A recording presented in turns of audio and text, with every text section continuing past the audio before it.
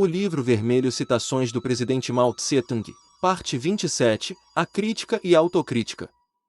O Partido Comunista não teme a crítica porque nós somos marxistas, temos a verdade do nosso lado e as massas fundamentais, operários e camponeses, estão conosco.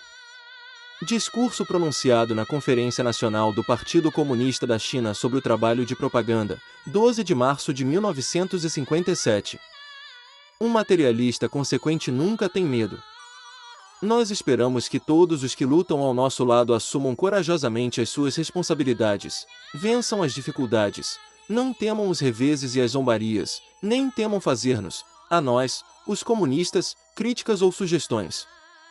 Aquele que não teme morrer ferido por milhares de golpes, ou zapear o imperador, tal é o indomável espírito que necessitamos na luta para construir o socialismo e o comunismo. E Biden. Nós temos a arma marxista-leninista da crítica e autocrítica. Nós podemos desembaraçar-nos do mau estilo e conservar o estilo bom. Relatório apresentado na segunda sessão plenária do Comitê Central eleito pelo 7º Congresso do Partido Comunista da China, 5 de março de 1949, Obras Escolhidas, tomo 4. A prática conscienciosa da autocrítica é uma das características marcantes que distinguem o nosso partido dos demais partidos políticos. Como temos dito, uma casa deve ser varrida regularmente, de contrário, a poeira vai se acumulando, as nossas caras devem ser lavadas regularmente, pois de outro modo, acabam por ficar cheias de poeira. A mente dos nossos camaradas e o trabalho do nosso partido igualmente podem ficar cobertos de poeira, razão por que devem ser varridos e lavados também. O provérbio que diz a água corrente não apodrece e os gonzos das portas não são carcomidos pelos vermes significa que o movimento constante impede a ação desagregadora dos micróbios e todos os parasitas.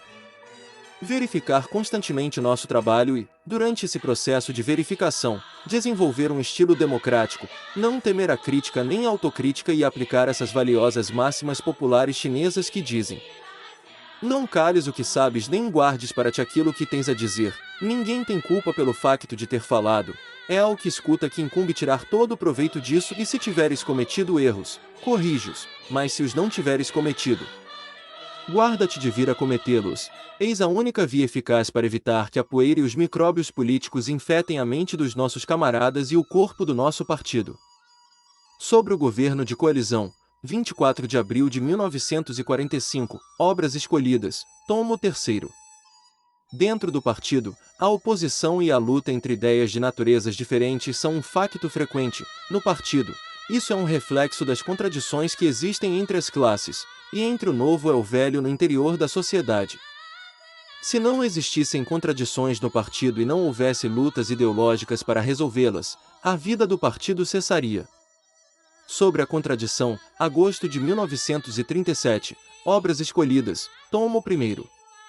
Nós somos pela luta ideológica ativa porque ela é uma arma para se atingir a unidade interna do partido e demais organizações revolucionárias em benefício do nosso combate. Cada membro do Partido Comunista, cada revolucionário, deve empunhar essa arma.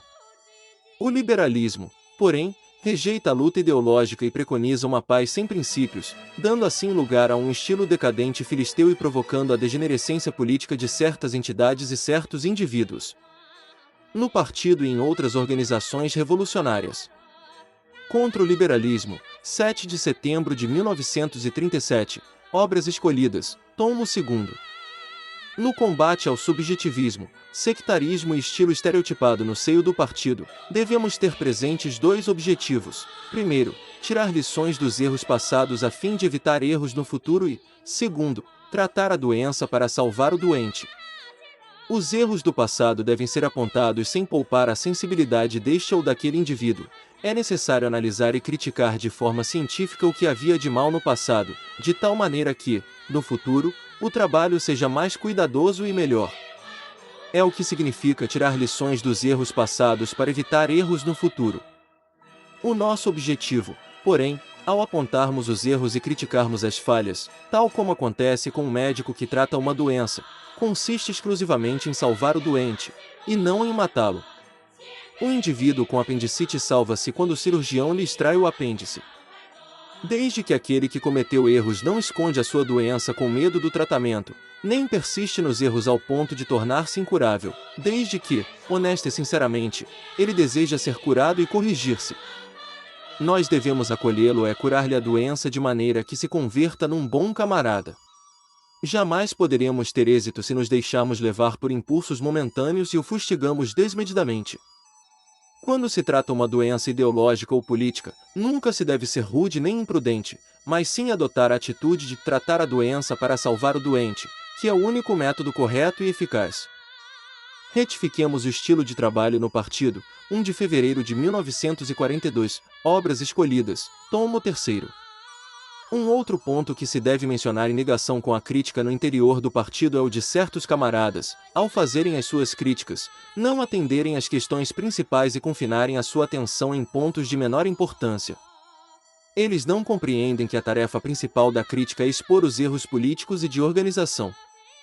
Com respeito às falhas pessoais, desde que não estejam relacionadas com erros políticos ou de organização, não se torna necessário criticá-las demasiadamente, pois, de contrário, os camaradas em causa ficarão perdidos, sem saber o que fazer. Além disso, se uma tal crítica se desenvolve, a atenção dos membros do partido passa a concentrar-se exclusivamente em faltas menores, toda a gente se intimida e torna-se cautelosa em excesso, e esquece as tarefas políticas do partido. Isso constitui um grande perigo. Sobre a eliminação das concessões errôneas no seio do partido, dezembro de 1929, Obras Escolhidas, tomo 1º. Na crítica dentro do partido há que saber guardar-se do subjetivismo, da arbitrariedade e da banalização da crítica. Todas as afirmações devem basear-se em factos e a crítica deve ter um sentido político. Ibidem. A crítica no interior do partido é uma arma que serve para fortalecer a organização do partido e elevar a sua capacidade de combate. Contudo, nas organizações do partido no seio do Exército Vermelho, a crítica não apresenta sempre esse caráter, transformando-se por vezes em ataques pessoais. Disso não só resulta um prejuízo para os indivíduos como também para a própria organização do partido. É uma manifestação do individualismo pequeno-burguês. O método de correção consiste em ajudar os membros do partido a compreender que o objetivo da crítica é elevar a capacidade de combate do partido de modo a alcançar-se a vitória na luta de classes, não se devendo utilizá-la como um meio para ataques pessoais. Ibidem. Como servimos o povo, não temos medo de ver apontadas e criticadas as falhas que tivermos. Seja quem for pode apontar as nossas falhas, se tiver razão, nós próprios corrigi-las-emos. Se aquilo que propuser beneficiar o povo, nós agiremos de acordo com a proposta.